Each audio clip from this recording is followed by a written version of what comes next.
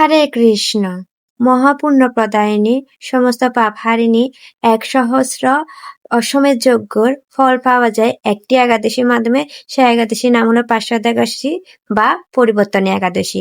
সে একাদশীটা আগামীকাল, তো সবাই এই একাদশীটা পালন করবেন, নিজেও পালন করবেন, অন্যজনকে পালন করতে বলবেন। এবং যে ব্যক্তি এই তিথিতে ভক্তি সহকারে শ্রী ব্রাহ্মণ দেবের পূজা করবেন, তিনি তিলকে প্রাপ্ত হবেন। এমনকি একটি পদ্ম যদি বিষ্ণুদেবকে প্রদান করেন, তিনি বিষ্ণু লোকে গমন করবেন।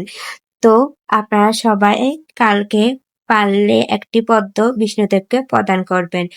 শয়ন একাদশী থেকে উত্তর একাদশীতে ভগবান শয়নে যান, এমনকি উত্তর একাদশীতে তিনি জাগরিত হন। তো এমনকি এই শাস্ত্রে আরো বলা হয়েছে যে এই 4 মাসে যে ব্যক্তি নির্দিষ্ট নিয়মে ব্রত বা জপ তপ ব্যতীত দিন যাপন করে, সে মহান মূর্খ, জীবিত হলেও তাকে মৃত হিসেবে বলে জানতে হবে।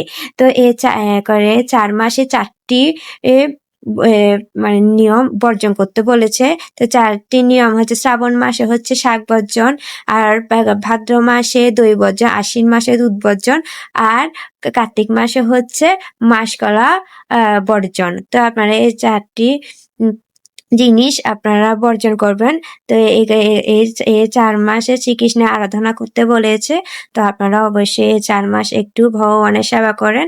তো ভগবানের সেবা করলে এই 4 মাসে অনেক পুণ্যবান হয়। এমনকি কার্তিক মাসটাও ভেরি ভেরি ইম্পর্টেন্ট মাস। এই মাসে ভগবানের যতই কিছু করেন না কেন, তিনি দ্বিগুণ হিসেবে মানে লাভ হয়। তো আপনারা সবাই এই একাদশীটা পালন করুন। এই একাদশী পালনা সময় আমি ক্যাপশনে দিয়ে দিব, আপনারা ওখান থেকে দেখে নেবেন। বাংলাদেশ এবং ভারতে 2টাই সময় আমি ক্যাপশনে দিয়ে দিব। তো এই ভিডিওটা সবার কাছে শেয়ার করে দিবেন, যেন সবাই এই একাদশীটা পালন করে। তো হরে কৃষ্ণা।